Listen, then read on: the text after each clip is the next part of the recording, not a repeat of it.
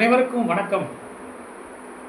Gold medalist இந்திய guide வழங்கும் கற்க கசடர நிகழ்ச்சிக்கு தங்களை வரவேற்பதில் பெருமகிழ்ச்சி அடைகின்றேன்.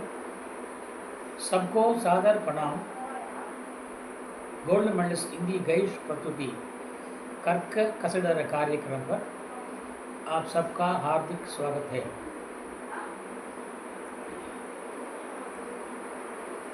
आज हम कुछ दिनों से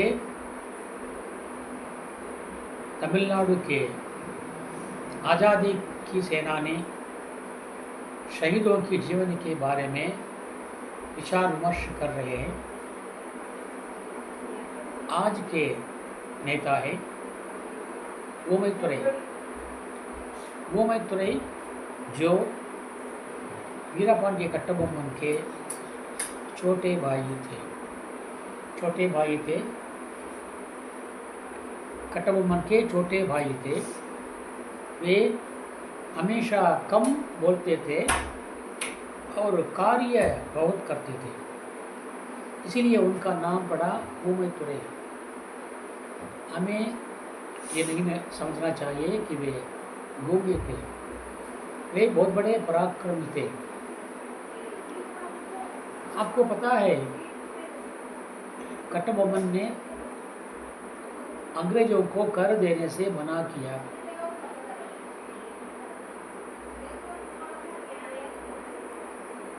आरकाड नवाब के आग्रह से, क्योंकि आग्रह नवाब ही कट्टबोम्मन के लिए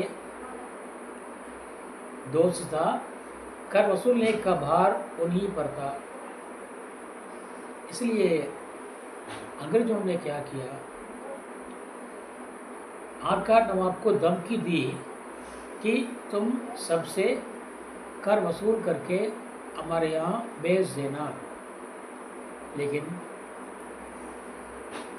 तमिलनाडु में नहीं, पूरे भारत में तमिलनाडु में सबसे पहले अंग्रेजों के खिलाफ बात करने का, लड़ने का, उनकी आज्ञाएं ना मानने का साहस सिर्फ कट्टबोम्मन ही को हुआ. इसीलिए वे लोग उनसे जलते थे और कट्टबोम्मन के साथ संधि करने का बहाना करके उन्हें रामनाथपुरम बुलाया. लेकिन रामनाथपुरम चले गए अपने परिवार के साथ. कट्टबोम्मन रामनाथपुरम चले गए, लेकिन जैक्सन वहाँ उनसे नहीं मिले. तो वहाँ से उन्होंने सूचना भेजी कि तुम हमारे साथ मिलो, किसी और जगह पर मिलो. हम लोग परस्पर आपस में मैत्री का भाव बढ़ाएंगे और ये विरोध का भाव जो है उसका अंत करेंगे. कट्टबोम्मन उसकी बात मान गए. जैक्सन उनसे अकेले में मिला, लेकिन उसने ये चाल चली कि गुप्त रूप से सैनिकों को छिपा दिया था, जहाँ तहाँ छिपा दिया था. उसने समझा कि कट्टबोम्मन को हमने मूर्ख बना दिया, वो अकेले आया होगा, आसानी से हम उसको गिरफ्तार करेंगे या मार डालेंगे. ये उनकी चाल थी. लेकिन कट्टबोम्मन के छोटे भाई ओमैतुरै, कट्टबोम्मन जबकि इन बात से नावाकिफ थे, तो गुप्त रूप से उनका पीछा करते हुए जाके छिप गए महल के अंदर. दोनों में वार्तालाप हुआ. बात इतनी बड़ी कि गुस्से में आकर याक्षन दुरै ने अपने सैनिकों को बुलाया सभी सैनिक आकर के कटोमन को घेरने लगे। तब अचानक कहीं से कूद पड़े ओमैतुरै अपनी सेना सहित। वहाँ पर छोटी लड़ाई हुई। उस लड़ाई में अंग्रेजों का कप्तान कैप्टन मारा गया। इससे अत्यंत क्रोधित हुए और सब लोग वहाँ से 9-2-11 हो गए। इससे जाक्सन अति क्रोधित था, किसी ना किसी चाल चलनी चाहिए और कटोमन को खाली करना चाहिए, खात्मा करनी चाहिए। इस विचार से अंग्रेजों ने एक नया दुरे को भेजा। वो तोप सेना सहित आया। उसका नाम था बैनरमैन। बैनरमैन तोप सेना सहित आया, लेकिन कटबोम्मन के पास हथियारें थी, बर्छे थे, तलवार थी और हाथ से मल्लयुद्ध भी करने में निपुण थे कटबोम्मन के वीर। लेकिन तोप के सामने वे टिक ना सके। अंग्रेजों ने तोप के द्वारा पजागुरुची किले को तोड़ दिया। और तोड़ने से क्या हुआ, वहाँ के परिवार के लोग भाग गए। उनको उन्होंने जेल में डाल दिया और कटबोम्मन अकेला रह गए। वे छिपकर रहने लगे। उनके छिपकर रहने का समाचार पुदुकोट्टई के राजा ने कटबोम्मन को, अंग्रेजों को दिया। कटबोम्मन पुदुकोट्टई के राजा का कपट नहीं जानते थे। पुदुकोट्टई के राजा ने उनके पास अपने दूतों को भेजा और कहलवाया कि मेरे राजा आपको शरण देने तैयार हैं, वे अपने महल में बुला रहे हैं। कटबोम्मन उनकी बात को सच मानकर दूतों के साथ चलने के लिए तैयार हुए। जब ये पुदुकोट्टई किले के अंदर घुसे तो पुदुकोट्टई के राजा ने अंग्रेजों को उनके आने की सूचना दी। तुरंत बैनरमैन एक बड़ी तोप सेना के साथ आया और तोप के द्वारा किले को उड़ा दिया और कटबोम्मन को बंदी बना दिया। कटबोम्मन को बंदी बना लिया। इस गड़बड़ी में ओमैतुरै का कहीं पता न चला। वे वहाँ से बच निकले, फरार हो गए। अच्छा, कटबोम्मन को फांसी दी गई। कटबोम्मन की मृत्यु के बाद ओमैतुरै अंग्रेजों से बदला लेना चाहता था। इसीलिए उसने सोचा कि मुझे जिंदा रहनी चाहिए, तभी हम अंग्रेजों से बदला ले सकते हैं। इस ख्याल से वो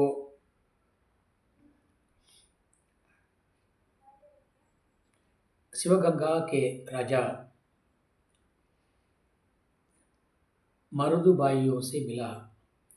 मरुदु पांडियर, चिन्न मरुदु, पेरिय मरुदु नामक 2 भाई थे। दोनों बहुत बड़े वीर थे। शरणागत की रक्षा करना अपना सबसे बड़ा धर्म मानते थे।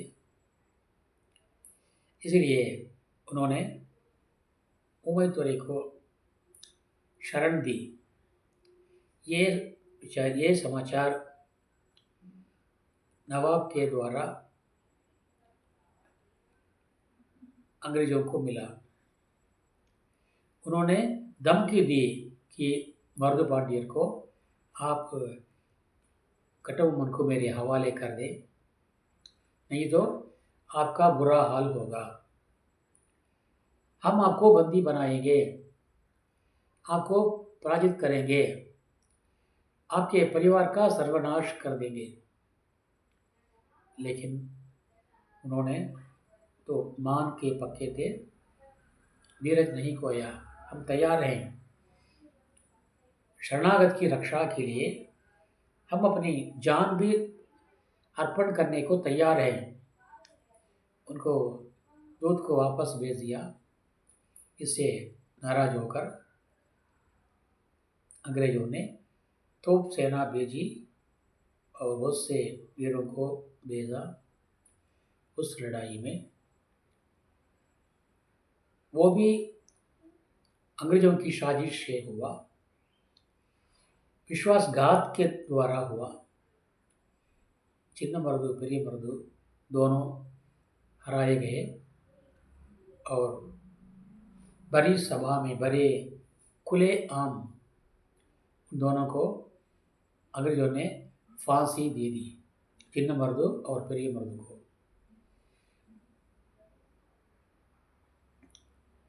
पेरिय मर्दू का बनाया हुआ एक मंदिर था। वो मंदिर काளைयार कोविल नामक जगह पर था, वो आज भी है। वो काளைयार कोविल मंदिर उसके जान से प्यारा था। ये लड़ाई में चिन्न मर्दू पेरिय मर्दू दोनों फरार हो गए। उनको पकड़ना मुश्किल था, इसलिए षड्यंत्रकारियों ने ये चाल चली। उन्होंने घोषणा की कि मर्दू पांडियर बाहर नहीं आएंगे तो मैं तोप से हम इस मंदिर के गोपुर को उड़ा देंगे, तोड़ देंगे। वो मंदिर मर्दू पांडियर के लिए जान से प्यारा था, इसलिए उन्होंने कहा ठीक है, हम आने के लिए तैयार हैं। उस मंदिर का कुछ भी बिगाड़ ना सके, वो वैसे के वैसे हो, क्योंकि वो मंदिर, वो गोपुर मेरे लिए जान से ज़्यादा प्यारा है। इस पर वे वापस आए तो अंग्रेजों ने उन्हें कैद कर लिया और दोनों को खुलेआम फांसी दे दी। तो फांसी देने के पहले पेरिय मर्दू ने, बड़ा भाई ने अपनी अंतिम इच्छा इस प्रकार प्रकट की, मेरी मृत्यु के बाद मेरे सिर को काट लेना और उस काளைयार कोविल मंदिर के सामने मेरे सिर को काट देना, इसलिए कि मैं हमेशा मरने के बाद भी अपनी आँखों से उस मंदिर के गोपुर को देख सकूं और दर्शन कर सकूं। अंग्रेजों ने उनकी इच्छा की पूर्ति की और काளைयार कोविल मंदिर के सामने उनके सिर को गाड़ दिया, जो आज भी उनके स्मारक के रूप में वहाँ पर मौजूद है। आप जाएंगे तो देख सकते हैं। शिवगंगे जिला, तमिलनाडु के शिवगंगे जिला, काளைयार कोविल। उस समय ये दोनों भाई पकड़े गए, लेकिन वो थोड़े फरार हो गए, दोबारा भी फरार हो गए। उनको पकड़ना मुश्किल था। इस बार भी उन्होंने गुप्त रूप से सैनिकों का संग्रह किया और दोबारा अंग्रेजों से लड़ने लगे। अंग्रेजों ने समझा कि जो अकेला आदमी है वो हमें क्या कर सकेगा, इसलिए वे थोड़े से सैनिकों के साथ आए और वे हार कर वापस चले गए। 2 बार आए, दोनों बार हार करके वापस चले गए, भाग गए। इस समय मोहम्मद ने जो शपथ ली थी कि मैं इस दुर्ग को, इस किले को पुनः बसाऊंगा। इस शपथ के अनुसार उन्होंने उस किले को दोबारा बसाया, बनाया और उस किले को मजबूत बनाया। इसी बीच अंग्रेजों का शासन सारे भारत में फैल गया। इस समय भी आरकाट के नवाब और पुदुकोट्टे के राजा ने उसके साथ विश्वासघात किया। तीसरी बार अंग्रेज लोग आए, इस बार तोप सेना के साथ आए और तोप सेना ने दोबारा पाजांगुरिची किले को उड़ा दिया, तोड़ दिया और ओंतरे को गिरफ्तार कर लिया। तो उसकी अंतिम इच्छा के अनुसार उसको भी कालियार कोयल में फांसी दी गई। इस प्रकार तीनों शहीद हुए। उस शहीद का इतिहास, स्मारक आज भी कालियार कोयल में मौजूद है। हम आज भी वहाँ पर जाएंगे तो उस स्मारक को हम देख सकते हैं और उन शहीदों के लिए अपनी श्रद्धांजलि अदा कर सकते हैं। आइए उन शहीदों के लिए अपनी श्रद्धांजलि अपने आंसुओं से अर्पण करेंगे और उनकी याद हमेशा करते रहेंगे। वे धन्य हैं। उमतुरे जिसने तीनों बार अंग्रेजों को हराया और स्वयं शहीद हुए। भारत माता ऐसे शहीदों को बार बार जन्म दे और हमारे स्कूल के पाठशाला के प्रधान के लिए मेरी सभी ने यह सलाह है कि आप इन कहानियों को, इन शहीदों के चरित्र का नाटक रूप बनाकर बच्चों में खेले और ताकि बच्चे ये समझ जाए कि तमिलनाडु शहीदों की जन्मभूमि है। उसमें किसी भी देश से शहीदों की कमी नहीं है, सभी राज्यों से बढ़कर है तमिलनाडु। ये सारे लोग समझ लें और आने वाली पीढ़ी उन शहीदों का गुणगान करें और अपने को सच्चे भारतीय साबित करने में निपुण बने। इसी के साथ मैं आज ओमतुरे की जीवनी खत्म करना चाहता हूँ। कल एक नए शहीद के साथ आपसे मिलूँगा। तब तक के लिए विदा। आज का चिंतन, इंद्रिय सिंधने, भविष्य को उज्जवल बनाए रखने के लिए हमें क्या करना चाहिए? எதிர்காலத்தை ஒளிமயமாக சிறப்பாக வைத்துக்கொள்ள நாம் என்ன செய்ய வேண்டும்? क्या करना चाहिए? भविष्य को उज्जवल बनाए रखने के लिए हमें क्या करना चाहिए? हमारे लिए उच्च आदर्श होना चाहिए। हम बार बार कहा करते हैं, सादा जीवन उच्च विचार। हमारे विचार उच्च, श्रेष्ठ और आदर्श होना चाहिए, पहला। दूसरा यह है कि अच्छी आदतें, हमें चरित्रवान बनना चाहिए। जिस प्रकार वள்ளுவர் कहते हैं, ஒழுக்கம் விழுப்பம் தரலாம், ஒழுக்கம் உயிரினும் ஓம்பப்படும்। महात्मा गांधी कहते थे, धन गया तो कुछ नहीं गया, स्वास्थ्य गया तो कुछ गया, मगर चरित्र गया तो सब कुछ गया। If wealth is lost, nothing is lost. If health is lost, something is lost. If character is lost, everything is lost. इसलिए हमें सच्चरित्रवान बनना चाहिए, दूसरा। और तीसरा है, हमारी संगति सत्संगति होनी चाहिए।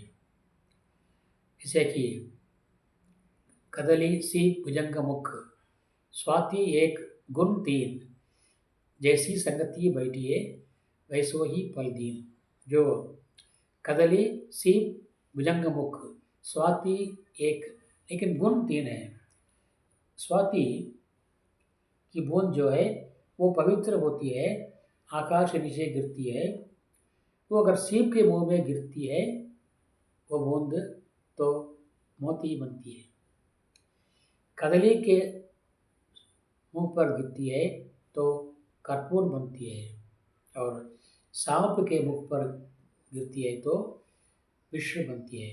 तो संगति के अनुसार फल पाते हैं, हर कोई अपने संगति के अनुसार फल पाता है।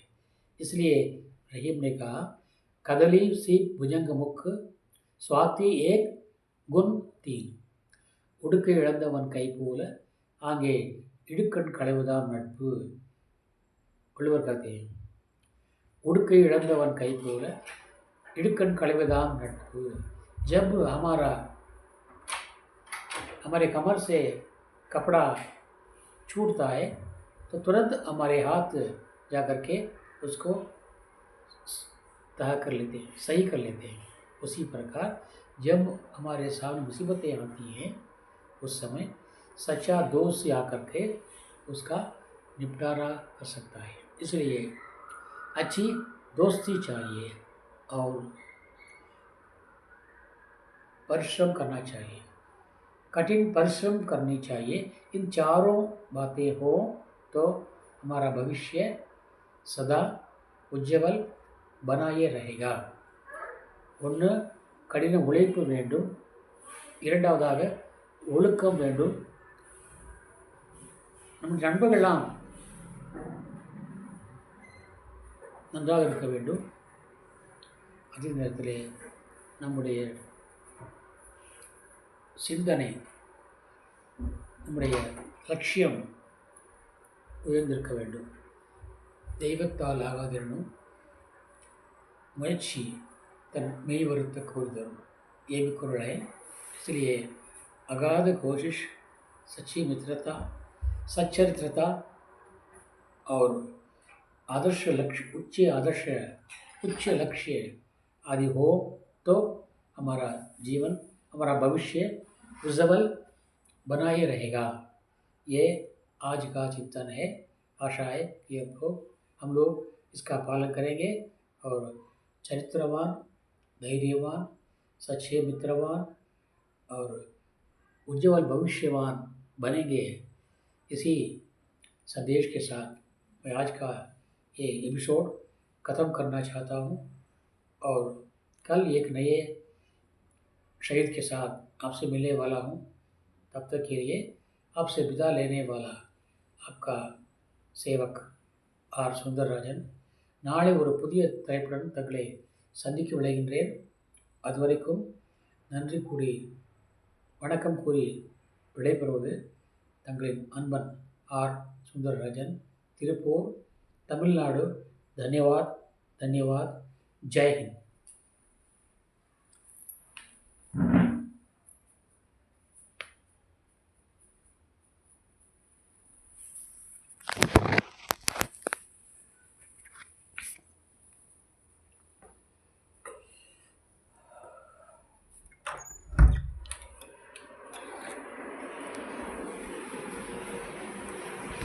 अपन